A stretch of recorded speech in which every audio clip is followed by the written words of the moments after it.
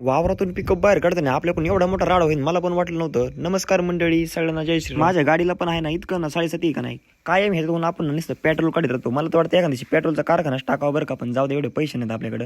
Petrol काढलं आणि petrol पंपाला टाकलं. देवकाते साहेबांनी पण इकडे बऱ्यापैकी कांदा आपला काढून टाकलाय. आता लवकरच ना कांदा काढण्याचं काम चालू करायचं आहे आपलं.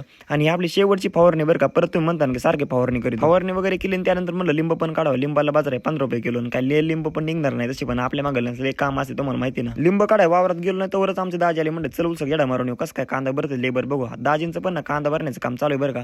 10-15% तर मागणी मारदा खराबच निघतोय. आता कसं या शेतकरी राजांनी करायचं. कांद्याला जेव्हा शेवटचं पान दिलं कांद्याला बाजार होता चांगल्या प्रकारे. जेव्हा का आपला कांदा मार्केटमध्ये होता तेव्हा बाजार दे कमी. आता काय करायचं तुम्हीच सांगा. देवांश पण आलं बरं का आमचं, म्हणजे भाजी सरकार आणि ना पिन चावते मम्मीच्या मोबाईलची. त्याला म्हणलं भाऊ मम्मीने बघितलं लई मुस्कडीन आपल्या. लहानपणी मी पण असंच माती खेळायचो बरं का, जसं की आमचा देवांश खेळतोय. त्याला म्हणलं लई ना माती भीती काय खेळू नको, हात पाय उडले ना तुझी मम्मी चांगली घाशी मग बसशील रडत. मला पण माझी मम्मी इतकी घासायची नाही, डायरेक्ट रक्त निघेपर्यंत घाशी होती. त्यामुळे मी ना माती खेळायचं सोडून दिलं. निम्मे अर्धे लिंब तर वावराच्या खाली होते, निम्मे अर्धे आपल्या वावरात होते. आता लिंब बघून तुम्हीच सांगू शकता की आपल्या लिंब किती पण बाजार नाही ते ना वेगळा गोष्ट आहे. दाजींचं पण ना पिकअप येऊन थांबलं होतं बरं का. त्यांना ना गोण्या वगैरे भरून लगेच मार्केटला जाऊन द्यायचं कोल्हापूरला. म्हणलं चला तेवढं बरं, त्यांचं घरचं ट्रान्सपोर्टचा बिझनेस आहे बरं का, त्यामुळे काय अडचण. दाजींनी ना वहीची बचत करा म्हणून डायरेक्ट ना गाडीच्या पॅनलवरती सगळं लिहून टाकले बाबा. म्हणलं बरं आहे तेवढं तरी.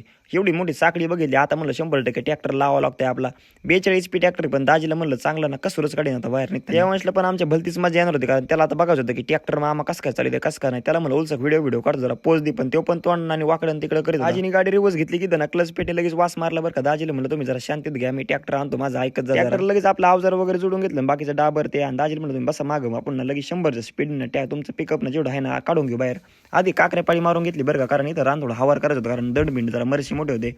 जवळजवळ 60-70 गुन्हे यांनी भरले ते बरं का, म्हणजे 66 भरले ते. नंतर बाहेर आलो काहीतरी भरायचे 70 गुन्हे. तुम्हाला काय वाटतं इथून पिकअप निघन का नाही, आपल्या ट्रॅक्टर एवढी ताकद आहे का नाही. पण तुम्ही काय काळजी करू नका. स्वतः विश्वास की ना ड्रायव्हर असला ना कसलं असू द्या काही पण असू द्या लगेच बाहेर निघत 100च्या स्पीडनी. मग काही दिला लवकर टाकून ट्रॅक्टरना एका ना 2 चाकावच बाहेर काढला बरं का. इथं आले आता मुंडकं खाली टेकले, जाऊ द्या मरू द्या. मित्रांनो मी केला व्हिडिओ काढायचा चालून तेवढ्यात आपलं पिकअपनी मागं डायरेक्ट ना अवजारामध्ये गुतलं बरं का. आता ही घरच्यांनी बघितलं आपल्याला मारण्यामध्ये शिवाय बसले, त्यापेक्षा म्हणलं दाजीला आपलं ना पटक्यास साखळी वगैरे सोडून घ्या. आणि दाजीनीच आपलं हळूहळू पिकअप बाहेर काढलं, ट्रॅक्टरला दिलं सोडून साईडला. दाजीला त्यांना म्हणलं आता चहा पाणी करा, जाऊ द्या हळूहळू गाडी, आपल्याला बरंच लांब जायचंय. चला तुम्ही पण आता व्हिडिओला लाईक आणि फॉलो करा विसरू नका. धन्यवाद, भेटू उद्याच्या भागात.